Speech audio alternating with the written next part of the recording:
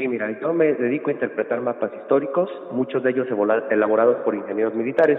El actual presidente de México, en su política, utiliza a los ingenieros militares, pero eso no es nuevo. Eso se llevó a cabo desde el siglo XVI.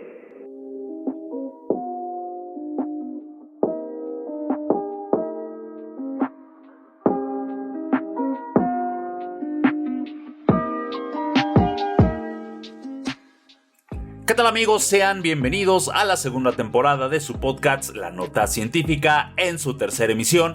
Les habla Gerardo López, responsable de este espacio de divulgación científica. Agradecemos nos hagan llegar hasta sus hogares y conocer más sobre el actuar de los investigadores de nuestra República Mexicana. En este caso en particular, iniciamos esta emisión con una experiencia de investigación histórica. Me acompaña el maestro en geografía por la UNAM, Pedro Gómez Molina. ¿Qué tal, Pedro? ¿Cómo estás? Te damos la bienvenida a La Nota Científica. ¿Qué tal, Gerardo? No, pues agradecerte la invitación y agradecer a tu auditorio que nos escuchan. Al contrario, Pedro, hay que destacar que Pedro es doctorante CONACYT en estudios novohispanos por la Universidad Autónoma de Zacatecas y el día de hoy nos comparte una plática titulada Territorios del pasado, perspectivas desde la cartografía histórica.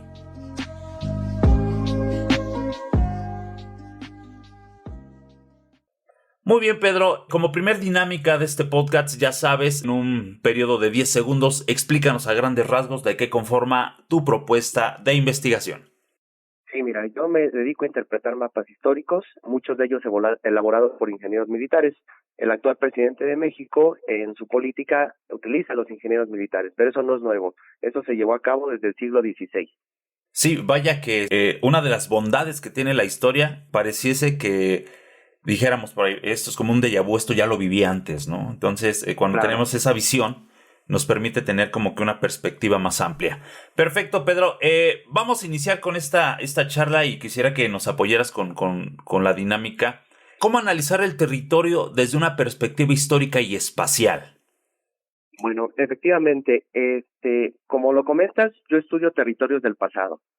Y una imagen del pasado la encontramos quizá en la literatura, en algunas crónicas de viaje, en los informes de expediciones, en los mismos archivos coloniales. Pero en mi perspectiva y en la de muchos autores, consideramos que una imagen única del pasado se encuentra en los mapas históricos. Los mapas históricos son un recorte espaciotemporal de un momento y espacio determinado, como lo digo, pero de ese espacio. Entonces, es como una fotografía.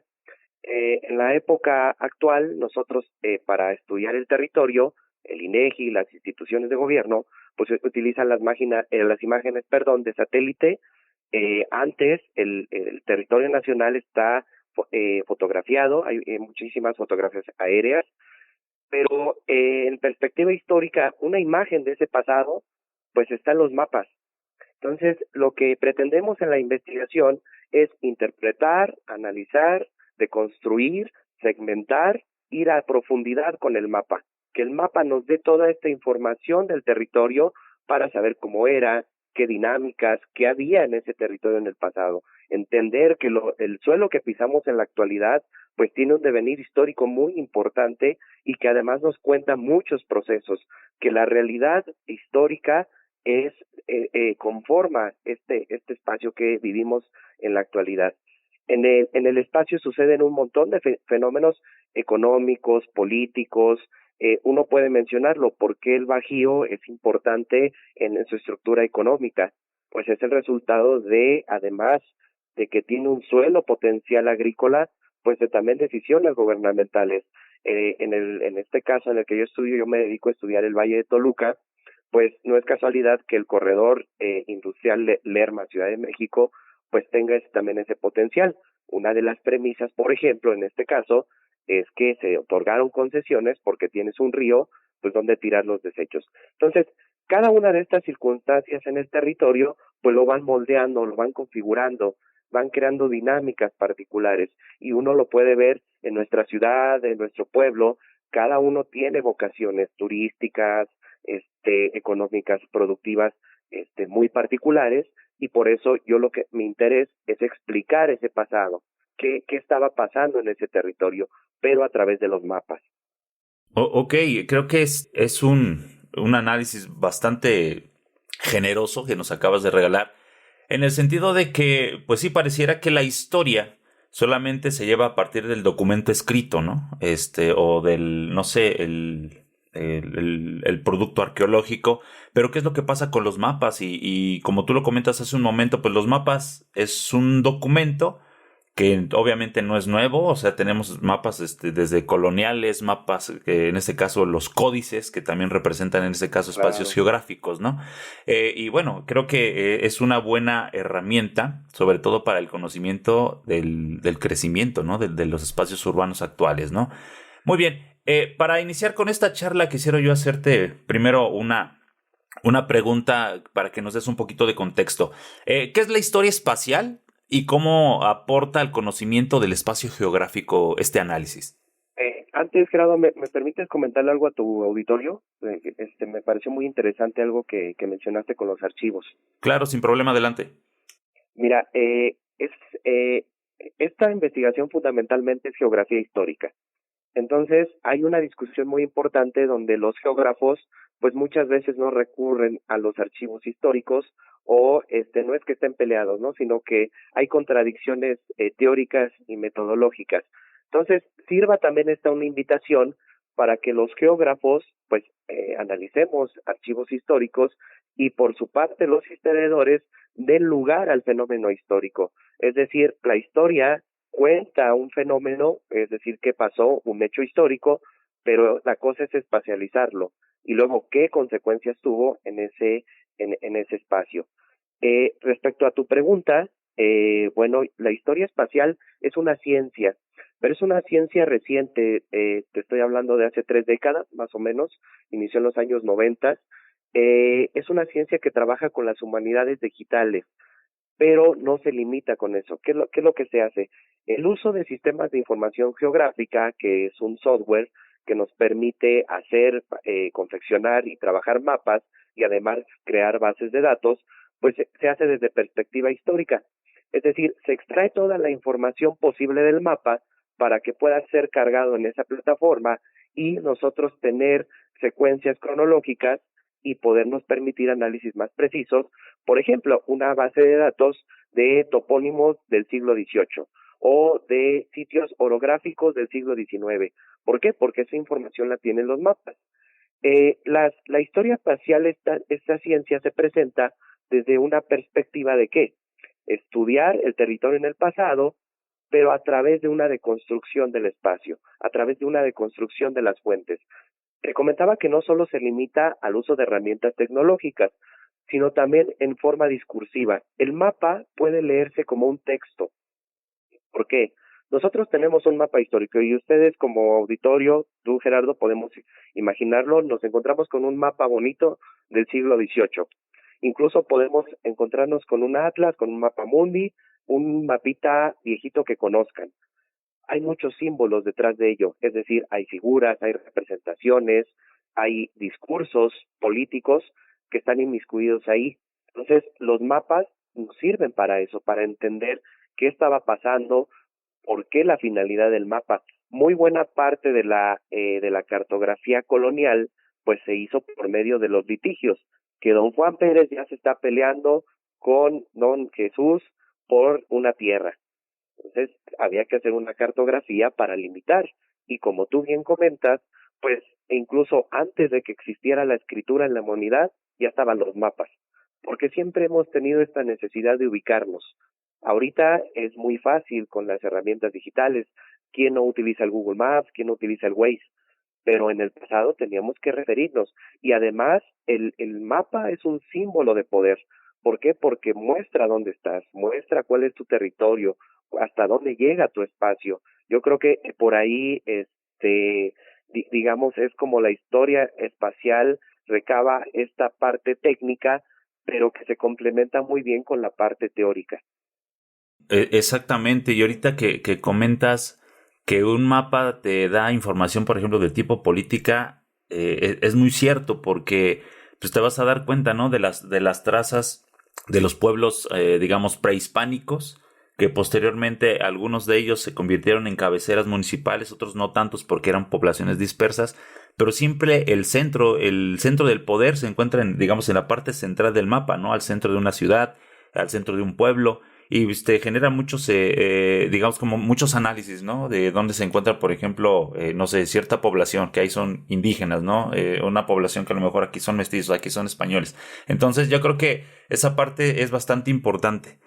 Perfecto, Pedro. Así como lo comentas, ¿cuáles son los tipos de fuentes que corresponden a la cartografía histórica y cómo podemos analizarlos?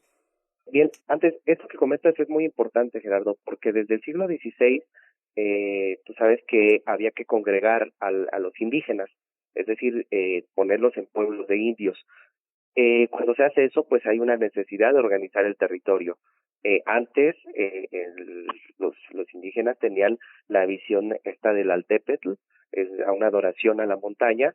Cuando llegan los españoles, pues hay que organizarlos, hay que ordenarlos, y la evangelización fue muy importante para los intereses coloniales, para tener un cierto control del territorio. Entonces, ¿qué es lo que haces? Recoges a la población, la llevas a un pueblo de indios que tiene una organización específica, ya ciudades en forma de cuadrícula, en forma de damero, como una tabla de ajedrez que todavía se puede ver en la actualidad, ciudades como Morelia, por ejemplo, ¿no? Que es muy la ciudad, el centro de la Ciudad de México, que es muy característico.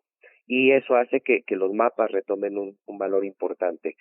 Cabe mencionar, respecto a la pregunta que me haces, que no solo nos limitamos a hacer investigación histórica con los mapas. Es decir, el mapa sí me sirve, sí es una fuente muy importante, muy valiosa de información, pero no nos quedamos ahí, ¿no? El mapa tiene expedientes de cómo se elaboró, incluso tenemos que referir al autor. Te pongo un ejemplo. Hace poco me encontré con unos mapas del Real de Minas de Telmascaltepec en el Estado de México. Yo creo que es un pueblo de que ustedes han escuchado, y en este mapa indica un proceso de pacificación. Entonces, yo, tratando de descifrar, reconozco que no soy historiador, pues tuve que irme a una fuente histórica para qué es el proceso de pacificación. El mapa de entrada es de 1816, más o menos, porque no viene la fecha exacta. Ese mapa indica un proceso de pacificación, pues estamos en plena guerra de independencia, y la finalidad del mapa me encontré que lo hizo un minero ilustrado, es decir, que era científico, para la pacificación. Es decir, con la guerra de independencia, pues se apropiaban de los predios, no había ley, había espacios sin ley, pues lo que le interesa al minero es conservar sus propiedades. Hace una cartografía dirigida al virrey para que pueda ayudar a un proceso de pacificación. Pero como sabemos, la historia nos dice que la pacificación pues no era una pacificación como tal, ¿no? Sino que había rebeliones, había guerrillas.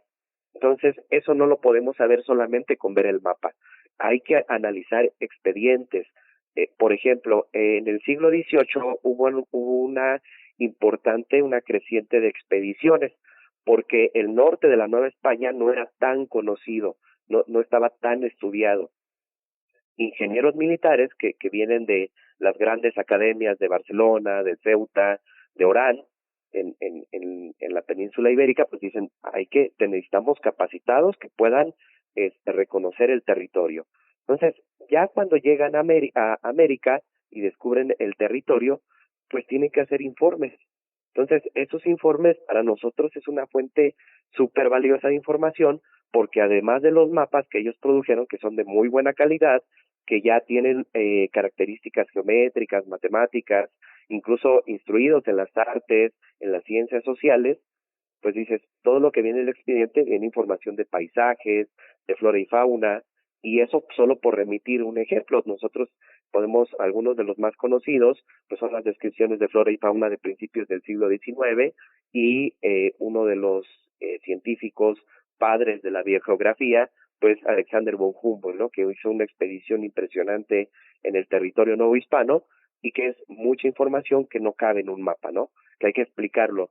Sí, el mapa tiene elementos que no se ven a simple vista, como algunas relaciones espaciales, digamos, económicas y sociales, que cuando uno ve el mapa no las logra ver. Eso se puede ver a través de un ejercicio de interpretación del mapa, pero también con este tipo de fuentes. Hay otros como las crónicas de viajes y viajeros, Apenas, por ejemplo, encontramos, digamos que antes no sé si se le llamara periodismo, pero a finales del siglo XVIII hubo un divulgador de la ciencia que se llamó Antonio Alzate. Antonio Alzate iba a Europa a enterarse de los avances científicos. Estamos en la época de la Ilustración, donde pues había que tener el buen vivir, las cuestiones de sanidad, y él, por ejemplo, más allá de noticias como pensemos que antes se comían el ajolote para aliviar las enfermedades respiratorias, pues él, por ejemplo, desarrolla mapas. ¿Por qué? Porque él pretende dar un informe de curatos de la Nueva España, pues decir, aquí pueden ir a rezar. Entonces, pero es un ejercicio, digamos que en la época actual se le llamaría periodismo, pero no lo es así. O sea, no, es un ejercicio quizá de divulgación, pero esa divulgación iba a grupos muy específicos, ¿no? O sea, no es como ahorita leer el periódico. Todas estas fuentes las reunimos, ¿para qué? Para que nos expliquen el mapa y además que el mapa se explique por sí mismo, qué es lo que está diciendo, y así hacer una interpretación y un análisis adecuado del territorio. Ok, entonces, en este sentido, con el ejemplo que nos acabas de dar, y obviamente para las personas quienes a lo mejor no tenemos así como un conocimiento más amplio de cómo es el uso del mapa, el mapa te da una información, pero hay que darle contexto, y para darle contexto a ese mapa ocupamos obviamente pues otro tipo de fuentes, ¿no? Como tú lo acabas de comentar. Y obviamente Claro. esa interpretación, ¿no? Porque como bien lo comentas, los que no estamos como muy digamos, acostumbrados al análisis histórico y somos netamente muy visuales, pues nos quedamos con la información que únicamente nos da el mapa, ¿no? Aquí llega el río, aquí llega, no sé, tal estancia, aquí llega tal terreno. Pero, pues sí, obviamente, como lo comentas hace un momento, ese mapa nos da más información, pero que como un rompecabezas hay que empezar a buscar más elementos, ¿no?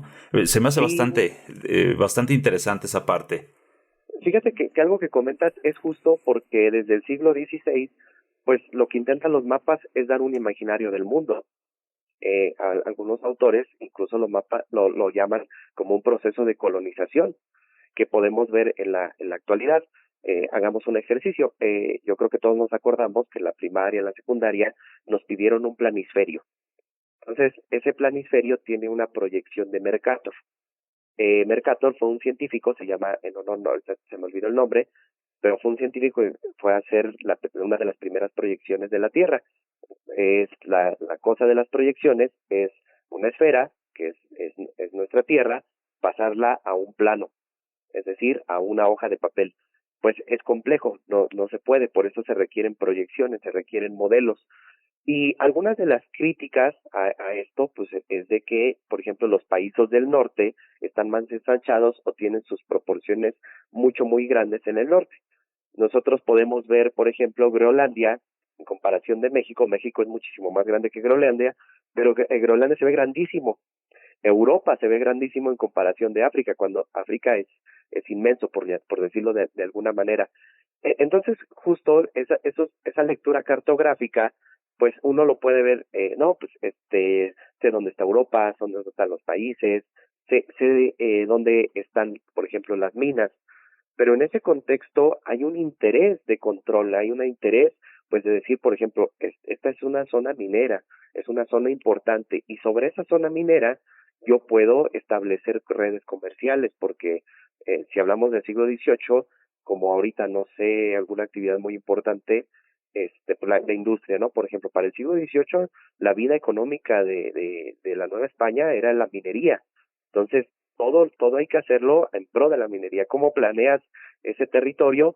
Pues conociéndolo a través del espacio, por dónde va a pasar. Incluso tenemos mapas del siglo XVI y no les miento. Hay un mapa muy bonito de la Nueva Galicia. La Nueva Galicia es actualmente los estados más o menos de Jalisco y Nayarit, que hay grupos que le llamaban antropófagos.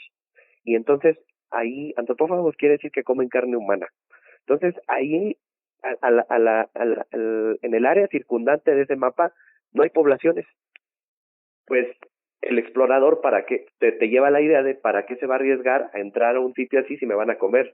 O los grupos bárbaros chichimecas del norte, en los límites del septentrión vendría siendo el actual estado de Zacatecas, Durango, de Durango para arriba.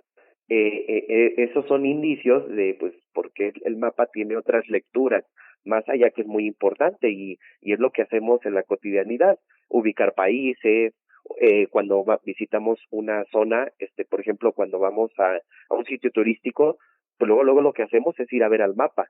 ¿Por qué? Porque primero buscamos qué hay aquí y luego, si me va a dar tiempo, recorrer por dónde me voy a ir.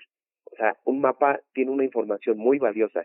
Nosotros cuando tenemos un mapa, pues yo lo llamo que cuando tenemos un mapa nos empoderamos, porque nos podemos mover de aquí para allá. De hecho, quien mandan de copiloto en el carro es quien sabe manejar el Waze o el Google Maps. ¿Por qué? Porque te da esa certeza. Si lo vemos en una escala más amplia, pues nos vamos a una técnica de defensa. Hay un cartel de 1949 de Estados Unidos que dice que los mapas son armas. Y sí, porque te dan cierta ventaja. Hay otro tipo de mapas, por ejemplo, que esconden otra información. En el siglo XVI había que hacer expediciones y dar informes de minas. A veces no se ponían todas las minas por el miedo a invasiones de Inglaterra y Holanda, que es con quien siempre peleaba España. Esas son otras lecturas que le podemos dar al mapa, Gerardo. Sí, exactamente. Ahorita que me llegó a la mente un ejemplo que tú comentabas que el mapa te da el poder, pues viéndolo en un mapa es como si fuese un tablero de ajedrez, porque es una visión completamente como de un terreno, de un territorio, y vas como que Sí, acomodando las piezas, ¿no? Eso es algo interesante. Quisiera como retomar un poquito la idea de central, Pedro. Hace un momento tú comentabas de la gran importancia de algunos personajes viajeros, en este caso a lo mejor también algunos frailes que han estado dejando, digamos, como que sus conocimientos a partir de los mapas. Pero para el caso, tú comentabas hace un momento de los ingenieros militares. ¿Tendrás el caso de algunas figuras que hayan dejado algún legado, sobre todo para la historia espacial? sí, los ingenieros militares es muy importante su labor y sobre todo se dio en el siglo XVIII. ¿Qué es lo que pasa? En el siglo XVI, por ejemplo, tenemos el fuerte de San Diego en Acapulco, porque Acapulco era la entrada del mundo. De hecho, autores dicen que Acapulco inició con el proceso de globalización. Fue la primera conexión entre Europa. Llegas a Nueva España y de Nueva España te vas a las Filipinas y ya tienes contacto con Japón. Entonces, es el inicio de esa globalización. Pero nada más llegaron a América, a la Nueva España llegaron entre 6 y 8 ingenieros militares. El siglo XVII no hubo mayores cambios, pero del siglo XVIII llegaron más de 140 ingenieros militares. No tengo el dato exacto, sí sé que fueron más de 140 ingenieros militares, con todo lo que ello implicaba, y tiene un devenir histórico porque estamos en la época de la Ilustración, de las reformas borbónicas, la corona tiene un interés por tener mayor control territorial, y también es una época de prosperidad, es decir, hay dinero, y hay nuevas herramientas cartográficas, nuevas formas de la ciencia, y eso hizo que vinieran muchos ingenieros militares. De hecho, las academias de Europa se incentivaron por un ingeniero militar, Jorge Próspero de Borbón. En 1716 dice Borbón, pues vamos a institucionalizar esto. O sea, no es que ya vayas a tomar clases en alguna escuela aislada o que las tomes en tu casa, no, ya vamos a institucionalizar, vamos a hacer una escuela, una academia de matemáticas, que es donde se formaban los ingenieros militares. Bien, eh, para el contexto de la Nueva España hay muchos muy reconocidos, podemos Manuel Santiesteban, Diego García Conde, Pedro Ponce. Yo específicamente me he enfocado a uno que se llama Manuel Agustín Mascaró. ¿Por qué? Porque él hizo expediciones a lo largo del territorio novohispano, hizo obras de fortificación, hizo obras civiles, eso también hay que decirlo. Eran ingenieros militares, pero no. Hay un libro muy bonito que se llama Ingenieros para la Guerra, pero también Ingenieros para la Paz. ¿Por qué? Porque más allá de hacer fortificaciones, pues construyeron ciudades, construyeron edificios civiles, fiscales, para justo poder hacer ello. E hicieron obras hidráulicas. Uno de los primeros desagües de la Ciudad de México lo hizo Agustín Mascaró. con todo lo que ello implicaba, porque la población la población ya era bastante. Estamos hablando de alrededor de más de 1 millón de personas en la capital, en la Ciudad de México, en el siglo XVIII. Entonces, Mascaró, como les comentaba, yo estudié en el Valle de Toluca. Además, hacían caminos. Agustín Mascaró fue el primer proyecto, el camino real de México a Toluca. Es decir, este camino que transitamos, que está ahorita súper transitado, esos alrededor de 90 kilómetros, pues se hizo a través de Agustín Mascaró. Y Agustín Mascaró no solo digamos, los ingenieros militares no solo hacían los proyectos, digamos, como tal, sino tenían una visión, por ejemplo, que el pueblo de Lerma tenía buena cal, pues tráiganme cal de Lerma. Y luego vieron cómo hubo un proceso de poblamiento y se incentivaron otros pueblitos que están ahí, Santiago Tanquistenco, San Mateo Atenco, que fueron, digamos, adquiriendo la dinámica del camino. Además, se tenían que hacer faenas. Hay una crónica muy bonita donde, por ejemplo, Agustín Mascaró dice, no, pues necesitamos faenas. Y la gente del Valle de Toluca le entra, pero hay un pueblo que no es tan afín, y dicen los de Ixtlahuaca. No, pues ellos sí eran muy renuentes a hacer estas faenas. Tengo otro caso de Mascaró que le perdonó años en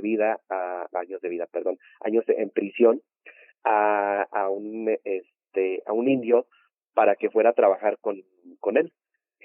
Agustín Mascaró también, por ejemplo, trabajó en la construcción del castillo de Chapultepec, que ahorita es uno de los emblemas nacionales, ¿no? Y justo toda esta información pues la hemos ido encontrando con los expedientes, con el análisis de otro tipo de fuentes. Pero tal como tú comentas, Gerardo, los ingenieros militares en el siglo XVIII, específicamente en la transición antes de la época del México independiente y a finales del siglo XVIII, pues fue como un periodo de esplendor donde pues hubo muchas construcciones, la participación se vio en más medida. Y en los puertos también, por ejemplo, en los puertos es mucho el trabajo de ingenieros militares. Si tienes un puerto, también la implicación que tiene construir un muelle. Ahorita pues tenemos técnicas ingenieriles civiles muy importantes, tenemos el uso del hormigón, pero antes era un proceso muy importante y de hecho la Nueva España tenía 2 muelles y que ya una ciudad tuviera un muelle era un hecho icónico. Es que decir que había prosperidad, que había comercio y que hubiera ingenieros militares, pues es que hay una necesidad de proteger ese territorio. Entonces es como entre mediados del siglo XX que se dio el milagro mexicano, pues así estaba el esplendor de las miradas estaban en la Nueva España. Incluso podemos verlo que muchos espacios se poblaron porque tenían que prepararlo. Por ejemplo, Mascaró hizo una presa en Arizpe y en Sonora. Entonces yo me puse a investigar porque dije en esa zona estaba despoblada. ¿Para qué le van a traer una presa a Arizpe? O sea, no, hay una demanda de agua por la ganadería, pero tampoco es que tanto. No, pues resulta que una comunidad de españoles iban a venir a sentarse ahí. Entonces, sí, es como ahorita, cuando te ofrecen una casa, pues tienes que crear un paquete inmobiliario que te permita poder vivir bien, ¿no? Y ser llamativo a la sociedad. Entonces, esto, pues vemos que muchas dinámicas que percibimos en la actualidad, pues se dieron desde siglos anteriores. Sí, de hecho, en una charla previa que tuvimos, yo te comentaba sobre la figura de este personaje, Agustín Mascaró, que de hecho tiene mucha influencia, ¿no? También en gran parte de lo que es el Estado de México, en la parte norte del Estado de México. Y yo me imagino que ha de ser un personaje que es español, obviamente, y me parece que gran parte, o si no la mayoría de su vida y de toda su inteligencia lo ocupó fuera, Nueva España, que en su propio país. ¿Pudieses, no sé, aportar un poquito más información sobre Agustín Mascaró, dónde nació, exactamente, un poquito sobre su biografía para tener un poquito un poco más de conocimiento sobre el personaje?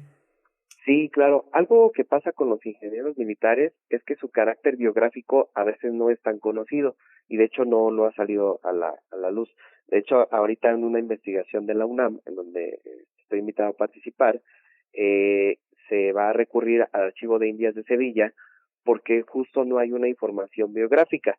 Es decir, pues no sabemos a ciencia cierta dónde nació. Pasa con muchos otros que llegaron a América. Por ejemplo, otro que se llamó Félix Prosperi, que algunos dicen que nació en Italia, otros que nació en España, y lo mismo pasa con Mascarón. No hay una información certera. Incluso él la pasó la mayor parte de su vida.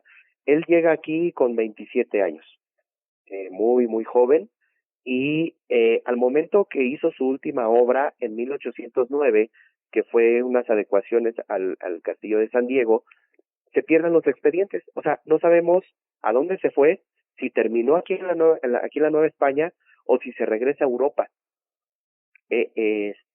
Hay muchas interrogantes y esto es muy importante para entender en la vida de cómo se desarrollaban justo estos ingenieros. Eh, y es una oportunidad de estudio para quien guste. Ahorita los reservorios están en línea, muchos de ellos. Tenemos el portal de archivos españoles que tienen una infinidad de archivos y justo hace unas semanas, Gerardo, hace 2, 3 semanas, me parece que el Archivo General de la Nación acaba de publicar ellos más de 13,000 documentos escaneados. Es decir, toda esta valiosa información ya está disponible en línea y puede ser consultada donde sea.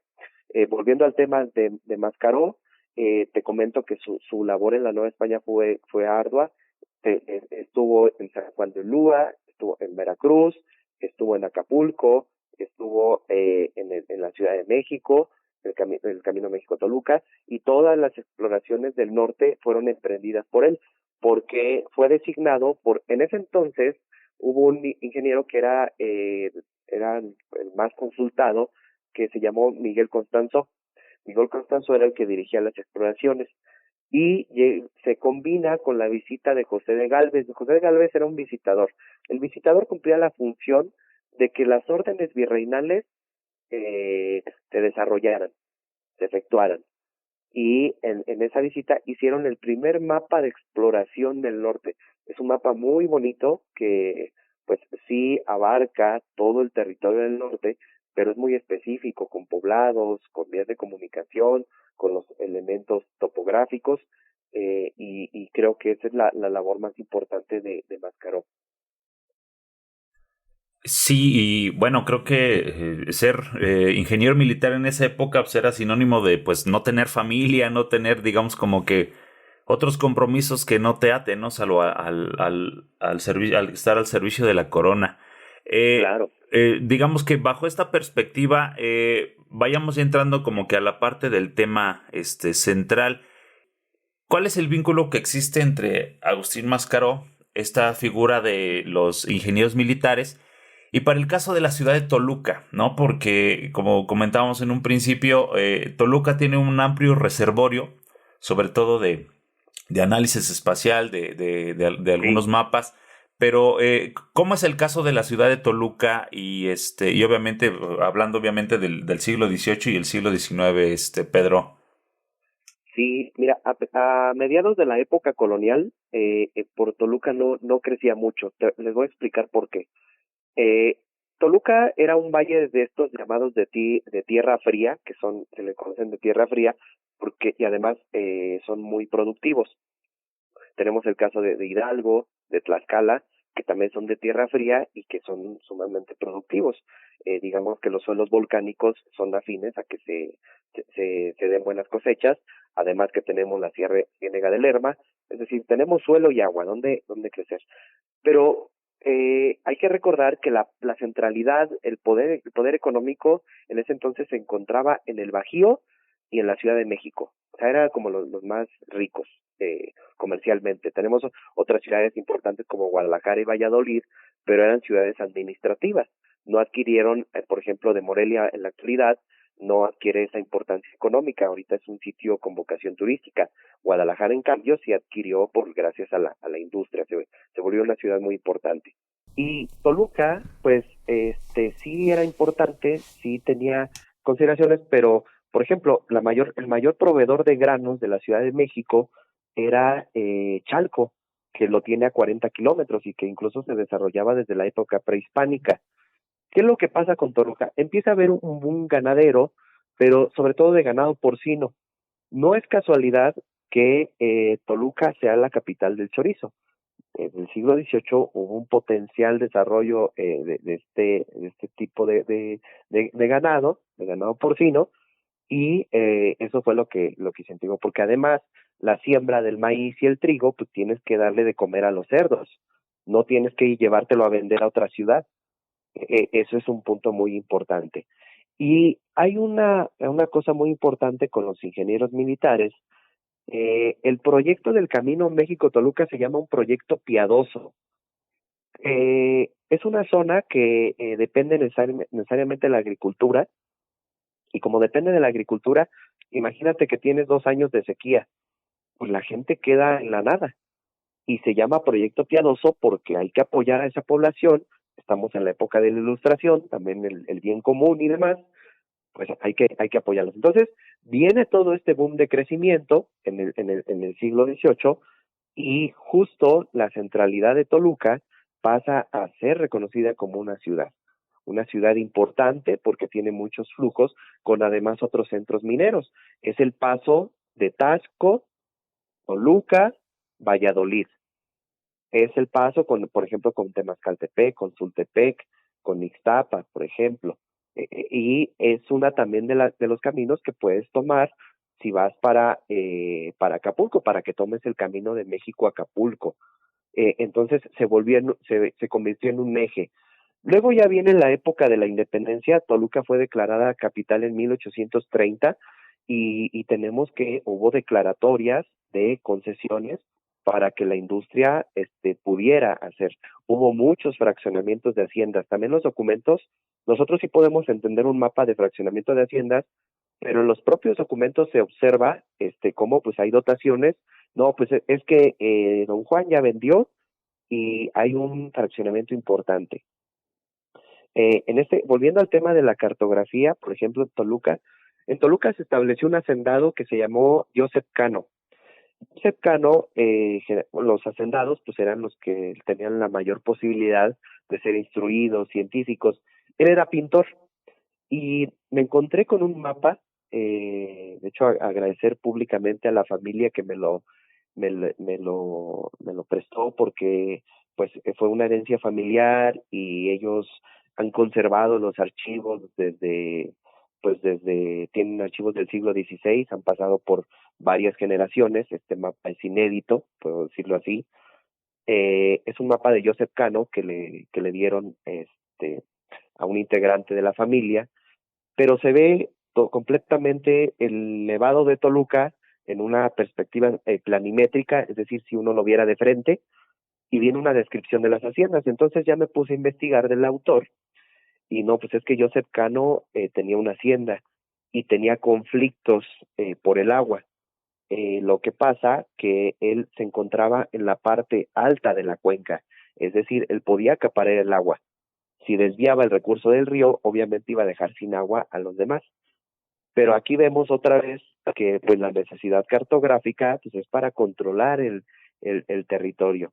En este sentido, volviendo al tema de Toluca, pues va creciendo en función de estas actividades, principalmente la ganadería porcina y sobre todo la industria textil.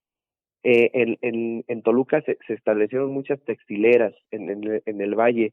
La producción era mayor que sitios, por ejemplo, que Monterrey, que Valladolid, porque además les compraba mucho el Bajío. Ya no tienes que ir hasta el norte a traer la lana, y además justo eso, o sea, tienes donde tener tus borreguitas, porque pues hay donde criarlas, hay pastos, se desarrollan bien. No lo vemos en la actualidad. Hay mucha gente que se dedica a cuidar borregas, a reproducirlas y demás. En esa época pues hay que acortar distancias, porque además los tiempos eran muy largos. En el siglo XVIII ir de Toluca a la Ciudad de México era 6 días, 7 días, que ahorita es un trayecto que hacemos en 1 hora y a veces nos tardamos por el tráfico, ¿no? Obviamente, pero todo esto nos van dando indicios de cómo fue creciendo Toluca en ese sentido, Gerardo. Sí, sin duda alguna, como tú lo comentas, ¿no? O sea, los sucesos no son eventos, digamos, sin contexto. Siempre un acontecimiento, un proceso te lleva a otro. Y en el caso de Toluca, pues creo que lo podemos ver que ha tenido un crecimiento, digamos, bastante exponencial, no solamente en el, digamos, en el crecimiento urbano, sino también en el crecimiento de la población. Ha sido un lugar, como tú lo comentabas en un momento, es un sitio, pues, de paso, que te lleva a te conecta con otras capitales, y a partir de ahí vemos este flujo migratorio, ¿no? De un lugar a otro. Muy bien, Pedro, ahorita quisiera yo, digamos, aprovechar este momento para que hagamos como que un análisis, digamos, del antes con el ahora. Hace un momento tú comentabas el caso de Agustín Mascaro. Hablábamos ahorita de cómo la obra pública, en este caso la infraestructura, pues permite, digamos, el crecimiento digamos, de las ciudades, una mejor calidad de vida, y lo más importante, que esa infraestructura pues generó las condiciones para que se llevaran a cabo pues pueblos nuevos, ¿no? Se pudieran constituir. Y ahorita, por ejemplo, en la actualidad que tenemos, digamos, bajo la administración del presidente López Obrador, pues él tiene como tal, como yo lo veo así, como lo utiliza como su bastón, digamos, de apoyo, lo que son las Fuerzas Armadas a partir de la creación de infraestructura.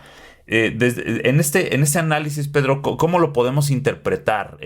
Yo considero que el presidente de la República sí utiliza como un estilo de vida, como una filosofía de vida, la parte histórica.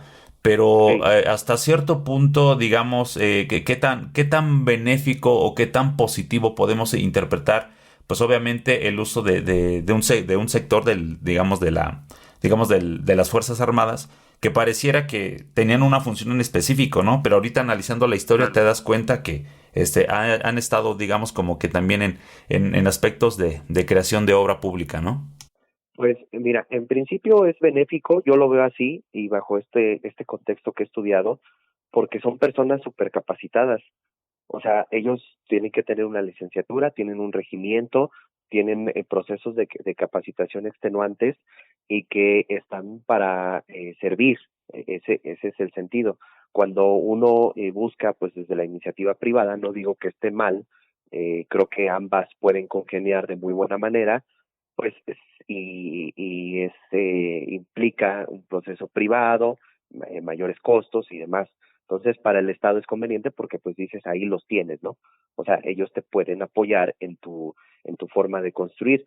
Por ejemplo, una de las cosas fue criticada la AIFA, ¿no? Que no está con una perspectiva tan arquitectónica, pero está en una perspectiva funcional. O sea, para mí es un aeropuerto súper funcional que cumple todos sus propósitos. Quizá el ejercicio de planeación de que está un poco alejado porque está en la base militar. Entonces, eso ahí hay que decirlo. Sí es un discurso del presidente, sin entrar en temas políticos, pero también pues son decisiones que tiene que el tomar, por ejemplo, que se construya el Tren Maya. O sea, sí es una catástrofe ecológica, pero también es una posibilidad para muchos pueblos. O sea, el ingeniero militar Mascaró, pues tengo que construir el camino México-Toluca porque se me están muriendo de hambre, no hay de otra. El llevar el Tren Maya a la zona sur es la posibilidad de que algunas comunidades pues tengan la posibilidad de desarrollo. Ya el futuro nos dará la razón si tuvo razón el presidente o no, pero sí es una posibilidad. Y en México pasa algo muy importante que pues no somos ordenados, ¿no? O sea, cada quien construye donde quiere. ¿Qué es lo que puede pasar? Que, por ejemplo, una estación del Tren Maya, ¿no? Pues va a haber creación de hoteles y eso hace que pues la mancha urbana se siga extendiendo y que sigamos quitándole selva. Esos son los problemas y son los retos que tiene el presidente para poder crear este tipo de infraestructura, pero tienes toda la razón, Gerardo. O sea, estamos haciendo una remembranza de hace 200, 300 años. porque los militares pues tenemos la idea que están pensados para pues para proteger, para en caso de guerra estar pendientes, para crear estrategias de defensa, para pues salvaguardar la seguridad nacional. Pero también la historia nos dice que son gente especializada, que además está especializada en las artes, en las matemáticas, en la cultura. Hay muchos cursos que vienen desde la escuela, desde las escuelas o desde las academias, donde pues el ingeniero tiene que estar visibilizado, tiene que estar consciente de lo que está pasando en su realidad. No puede ser ajeno, por ejemplo, a una cuestión de pobreza, de desigualdad, de las condiciones de precariedad, perdón, que vive una población, ¿no? Yo lo veo desde esa manera, Gerardo. Sí, y francamente, digamos como que no utilizar esa capacidad que tienen las Fuerzas Armadas, sobre todo en el ámbito de la ingeniería, pues sí es un desperdicio, ¿no? Prácticamente, como tú lo comentas, son personas que están bien capacitadas, ¿no? Y entonces, pues bueno, yo creo que si es positivo, pues si están al servicio de la nación, pues utilizarlos sin ningún problema. Sí, Perdón, nada más, tengo así como que una duda, no sé si nos pudieses apoyar nada más con esta parte, retomando nada claro. más un poquito el tema de Toluca, con referente a lo que es la producción de lo que es pues, bueno, en este caso de los espacios geográficos, los cambios que han tenido en la ciudad de Toluca, ¿cómo ha cambiado? Ajá, digamos, desde crecimiento, desde la mancha urbana, no sé, la fundación de otros pueblos, si tienes esa información, desde el siglo XVIII al siglo XIX, ¿qué cambios son los que tú has ido, digamos, identificando y que consideras que son de real importancia para tener una visión, digamos, espacial, geográfico espacial de la actual ciudad de Toluca? Sí, Gerardo. Mira, la verdad es que desde el siglo XVIII al siglo XIX no creció tanto. De hecho, tenemos mapas de principios del siglo XX que está prácticamente marcado el primer cuadro de la ciudad. Lo que sí, por ejemplo, hay algunos autores hubo que se establecieron órdenes religiosas. Entonces, el Toluca se estableció, por ejemplo, para dar educación a los hacendados. Y como te comentaba, tienes muchos pueblos alrededor, pues la ciudad de Toluca se convirtió en ese centro educativo y de evangelización. Buena parte, históricamente, pues, y sobre todo en el siglo XVIII, pues se establece un vínculo importante todavía con la iglesia, a pesar de que hay procesos de secularización, pero todavía la iglesia sigue tomando forma importante. Además, pues los espacios públicos, en Toluca era donde podías ver una alameda, la catedral, esos son elementos muy importantes, pero no creció tanto. O sea, hay un mapa, por ejemplo, de 1920, donde decía, aquí está por ejemplo, una referencia al estadio, el Nemesio 10, la Bombonera, se encuentra en la zona céntrica, a 3, 4 calles del centro. Pues antes, esas 3, 4 calles antes del centro, hasta ahí llegaba la ciudad, no llegaba más.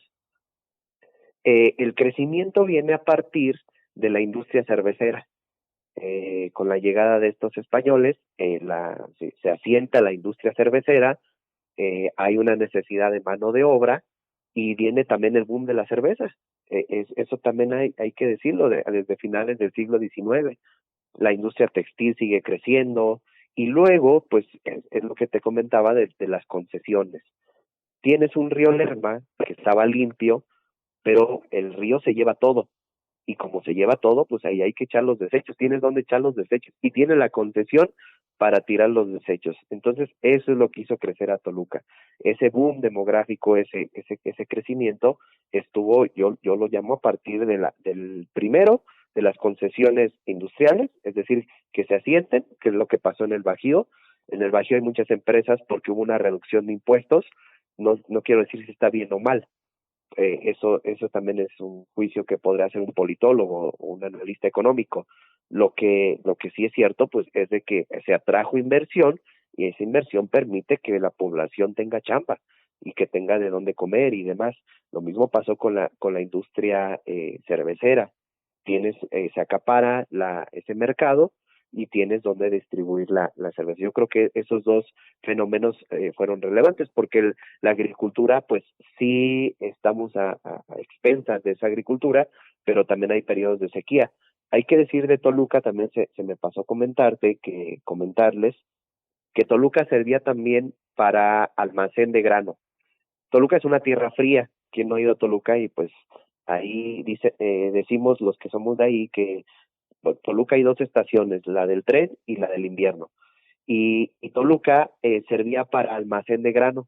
Se llamaban pocitos, los pocitos eran construcciones para almacenar grano que se conservaban bien y para eventuales sequías poder distribuirlo, poder venderlo. Los hacían ahí porque la tierra fría, el frío hace que se conserven las cosas. Entonces, también vemos, si hacemos un análisis más profundo, pues que es justo lo que les comentaba, las condiciones, las vocaciones de un territorio, pues también tienen que ver con sus actividades y necesidades humanas. No, y ahorita lo que tocas, por ejemplo, el clima de Toluca, ¿no? Que también pues puede ayudar a una cierta industria, o en este caso a la producción agrícola, como por ejemplo otro tipo de productos que no se dan por acá, pues puede ser completamente perjudicial, ¿no? Creo que esa parte también, el caso ambiental, es otro tema importante ahí que podamos desarrollar. Muy bien, Pedro, pues ya para ir cerrando esta plática que considero que es muy interesante, sobre todo ese contraste del antes con el ahora. Vamos cerrando ya prácticamente con la conclusión de este tema. Como yo te comentaba, sí me gustaría que con tu análisis, Ajá. una perspectiva futuro, no sé qué, con todo este desarrollo que nos has explicado sobre la ciudad de Toluca, ¿qué nos espera con el tiempo? Obviamente, pues como todas las ciudades van a crecer, pero se inmiscuyen otro tipo de fenómenos, ¿no? ¿Qué perspectiva tienes en tiempo posterior, sobre el crecimiento, en este caso, pues de lo que es el mapa, de lo que es pues la ciudad de Toluca, ¿no? Sí, pues mira, yo tengo esta perspectiva de que Toluca, como tú dices, va a seguir creciendo. Es un sitio muy importante para el país, que además nos da cuenta de esa realidad económica. Que tenga un nexo con la Ciudad de México también es un punto muy importante, porque la Ciudad de México es un nodo central. Desde la época colonial todos querían llegar a la Ciudad de México, incluso la minería. Por ejemplo, de Zacatecas había que llevar los minerales, primero pasar a la Ciudad de México, y de la Ciudad de México pues tienes el camino de México a Acapulco o de México a Veracruz. Esa es la centralidad. Entonces es fortuito que esté tan cerca la Ciudad de México, por eso esta necesidad de inversión, ¿no? El tren insurgente que ya está próximo a inaugurarse, o estas obras de infraestructura en el corredor Lerma Toluca Ciudad de México. Yo creo que la tarea que tenemos es en el ejercicio histórico, primero la patrimonialización, entender que muchos edificios históricos tienen estas condiciones culturales, históricas muy importantes que son dignas de reconocerse. Nosotros, reconocernos como sujetos históricos que donde estamos pisando, pues pasaron muchas cosas que incluso en algunos momentos podemos decir, esto nos llevó aquí. Así lo pensamos. Y en la época actual, pues que esta cartografía o estos análisis pues nos permitan hacer ordenamientos, una organización del territorio, es decir, crear espacios de infraestructura para movilidad. Y movilidad no me refiero al carro, o sea, sino servicios de transporte, buena planeación de los desarrollos inmobiliarios.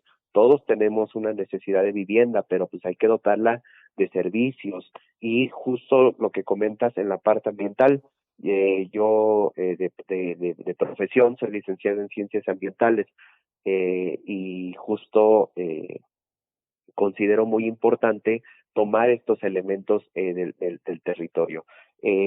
Obviamente se hacen análisis desde los ordenamientos, desde la Ley General de Equilibrio Ecológico y Protección Ambiental, pero si lo relacionamos con estos temas históricos, me parece relevante. Cuando uno cataloga un edificio histórico, incluso ve las condiciones ambientales, cuál es el estado, hacer diagnósticos precisos.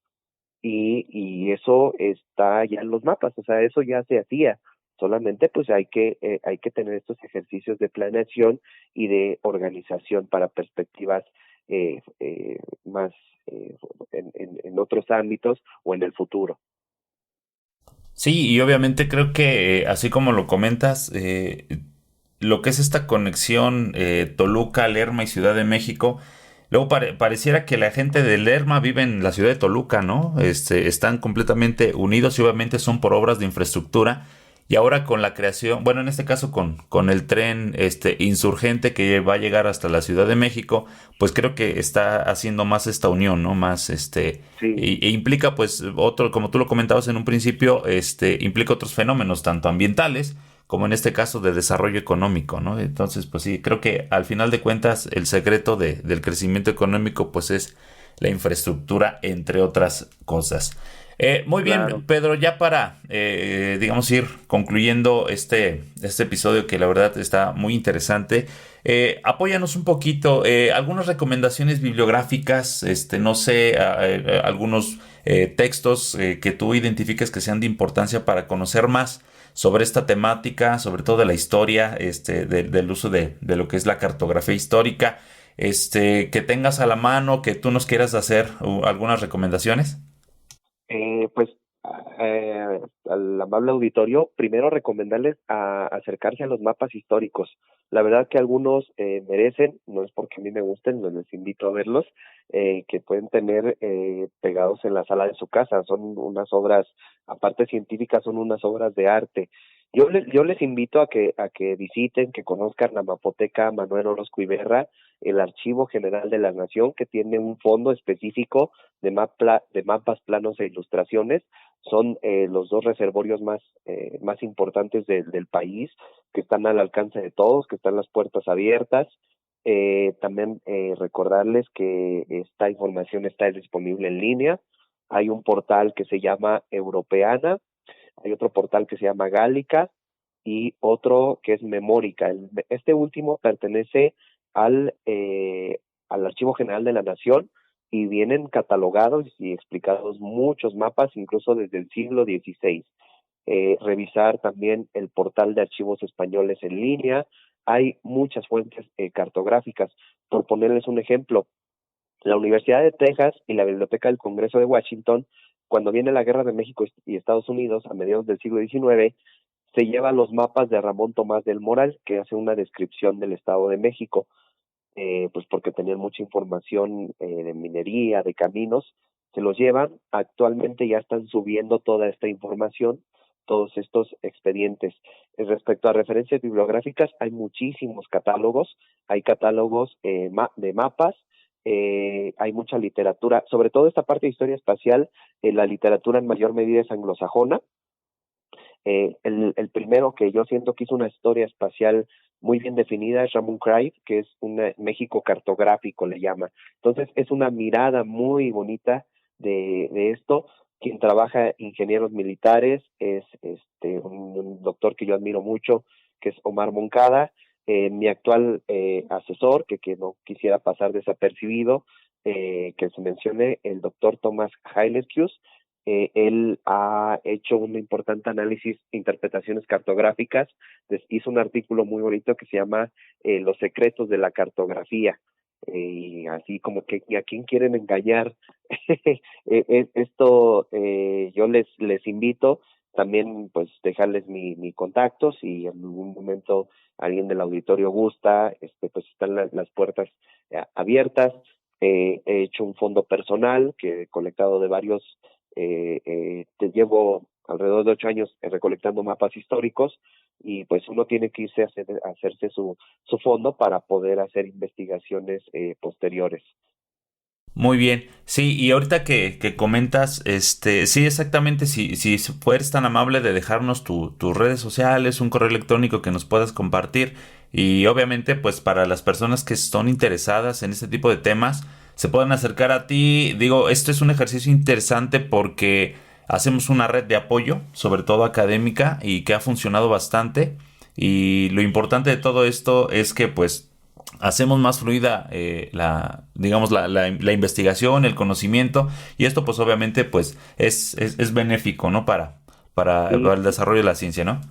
No, pues agradecer este tipo de espacios, Gerardo, qué bueno que tomas estas iniciativas. Yo creo que en el ámbito académico, pues siempre estamos acostumbrados a los congresos, a los seminarios, los simposios, que sí son importantes porque es un grupo reducido, pero un ejercicio de divulgación, pues lo encontramos aquí en las redes sociales, en pláticas de divulgación, en charlas, donde uno también puede entender las investigaciones del otro que, bueno, pues he estado en algunos de estos podcasts, pues son muy interesantes. Así es. ¿Podrías compartirnos tus redes sociales, Pedro, por favor? Ah, sí, perdón, bueno, en Twitter, Pedringom15, Pedringom, perdón, en Instagram, Pedro Gom 15, y en Pedro Gómez en Facebook, en Gmail es PEGOMZ 014 @gmail.com, hay un correo. Y pues nada, también bienvenidos a este mundo de los mapas históricos que seguro muchos conocen, pero en serio, más allá de las obras de arte que son de las ciencias, de lo que implicaba hacer un mapa en el siglo XVIII, que son muy buena fuente de información, son elementos muy interesantes de análisis históricos, geográficos, ambientales, incluso les digo artísticos.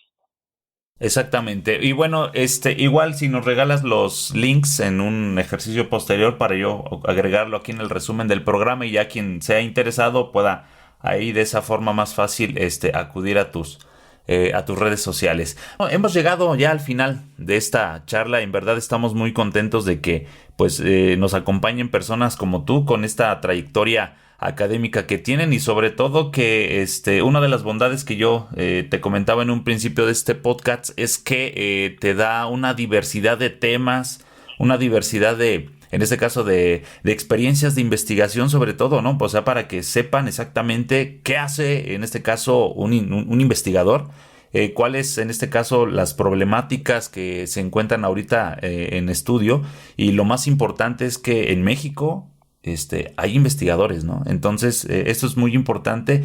Y bueno, de esta manera, pues también invitamos a las personas que nos escuchen para que se acerquen a la ciencia, se acerquen a los investigadores, que son en este caso, pues los expertos en el tema, y obviamente, pues, generar más contenido, que es lo que hace falta. Bueno, Pedro, pues muchísimas gracias por estar aquí con nosotros. Agradecemos también obviamente a las personas que nos escuchan. Obviamente hemos estado teniendo ahí algunas complicaciones con el tiempo y las ediciones de los podcasts, pero obviamente, como dijera el clásico, lentos pero seguros, ¿no? Vamos a estar produciendo más materiales y ya vamos a ir cerrando ya esta segunda temporada para dar paso a una tercera temporada y obviamente pues también invitamos a las personas quienes estén interesadas en compartir alguna experiencia de investigación, pues la nota científica está completamente abierto para expresar sus inquietudes académicas. Muy bien, Pedro, pues muchísimas gracias por estar con nosotros y obviamente sabes que aquí está tu casa. No, muchas gracias, Gerardo. Gracias a ti, a tu respetable auditorio. Y no, para mí estoy muy contento y es un gusto poder compartir contigo y con tu auditorio, pues un poquito de lo que tratamos de hacer. Perfecto. Y bueno, familia, hemos llegado al final de este episodio. Agradecemos su atención y obviamente nos vemos en próximas transmisiones. La nota científica, amigo y servidor Gerardo López, creador y editor de este espacio de divulgación. Hasta la próxima.